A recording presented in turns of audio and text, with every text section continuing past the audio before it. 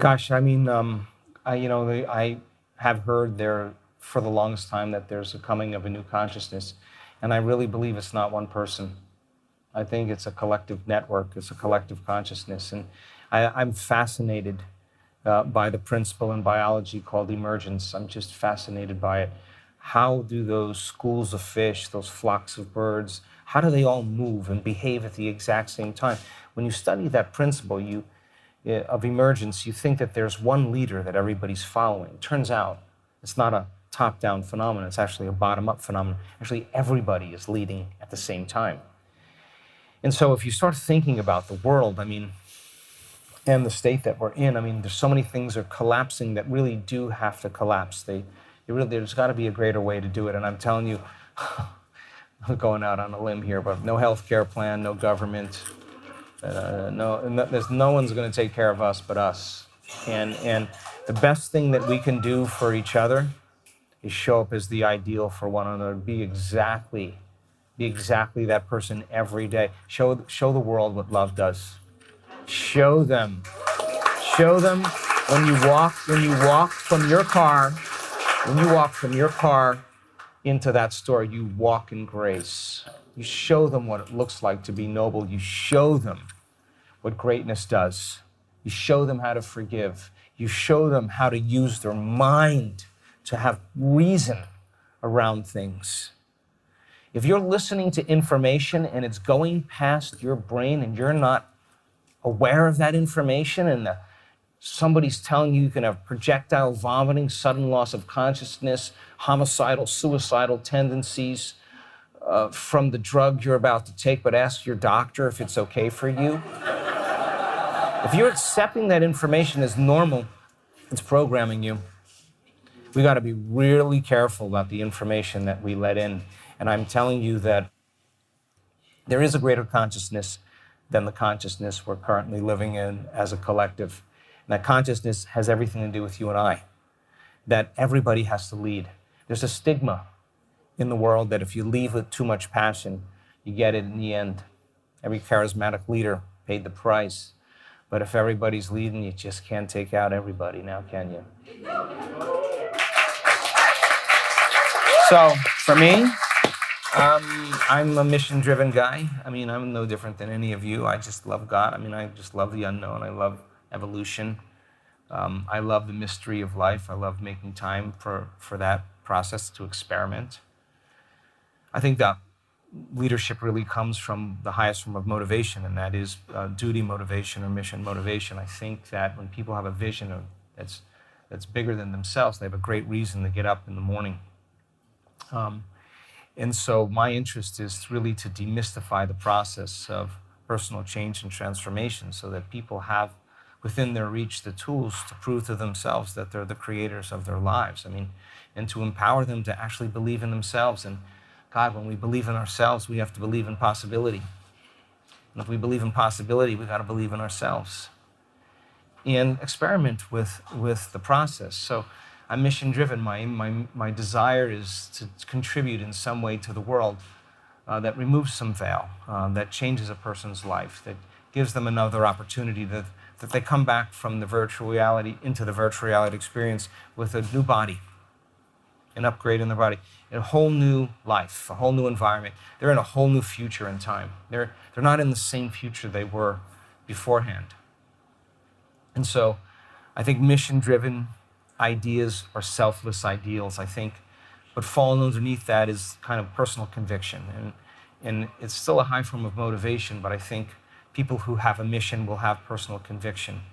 Then there's kind of ethics and morality and good and bad, and a lot of organizations are run in that polarity and duality, but not a high form of motivation. But if you have a mission, if you have personal conviction, I think you make real good choices with a sense of ethics. And then, there's recognition. People do things to get recognized. And it's not a very high form of motivation, but if you're making a difference, it comes. It just is a side effect. And then, of course, the most selfish form of motivation is money motivation. And so I'm so happy that is finally changing in the world, that people want meaning. People want meaning. People want the truth. People want to know My goodness, we are alive. I mean, we are in three-dimensional reality. Set down your technology and open your focus to the night sky. Bless your beautiful heart. Bless your beautiful body before it goes to bed. Give thanks for life and you get another day. Try it out in some way and see if your changes that you're making with yourself are changing others in your life, not by you espousing any philosophy like you need to shorten your response emotionally, none of that. By showing them who you are, showing them what joy looks like, showing them what greatness looks like. I mean, I'd rather hang out with those people that have healed themselves. I'm blown away, people with ALS, tumors all over their body. I'm in awe. They're my heroes.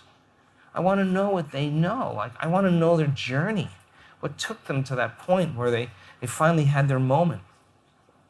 All of those testimonies that we have, all of the scientific research we've done shows that evidence really is the loudest voice. It really is the loudest voice. And I think this is a time in history really where we have to really every single day make that conscious effort to demonstrate exactly what we want to see changed in the world. And it's not anything new, but I think the moment you decide to say, I believe this stuff works, I believe it works. So many people have said when they were diagnosed with a health condition, I believed it worked, I just didn't believe it worked for me. Ooh, that's a big moment, because now you're out of the bleachers and you're on the playing field. This isn't philosophy anymore, you're in the game. And the game is, you got to stay conscious and you got to stay aware and you got to change. There's so many people, they did their meditations 2-3 times. And one day when I talked to them, muscular dystrophy, I've never heard of anybody heal from muscular dystrophy. This guy walked out of the event. He never missed a day.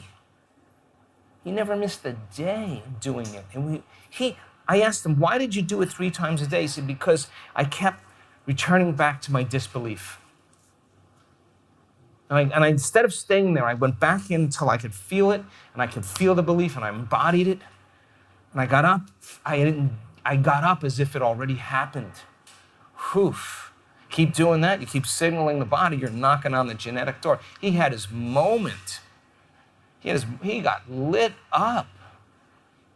It wasn't matter that was changing matter in that moment. It was energy that was changing matter. And so all this philosophy, all this theory is really a time for us to apply it, to practice it in some way. Experiment. Say, hey, I'm going to take time out of my life to try it out, just to see if I'm actually a creator. And if it doesn't happen in 2 weeks, you're not that good. I don't know what else to say. You're not that good. Try again. Keep trying. And keep practicing and keep filling your brain with the right information. There are people in our community, they can go in the gamma right in front of the scientists. They go right in, the scientists say, how do you do that? And they say, it's really hard not to. They just know how to do it. They wouldn't miss that moment. Being uncomfortable and being okay with it. Stepping out of the known into the unknown is believing in yourself. And it's so important. That unknown is the perfect place for magic to happen. And we discover that we take people to that point and they can relax into that place. They're in a really good state for miracles. And we're demystifying that process.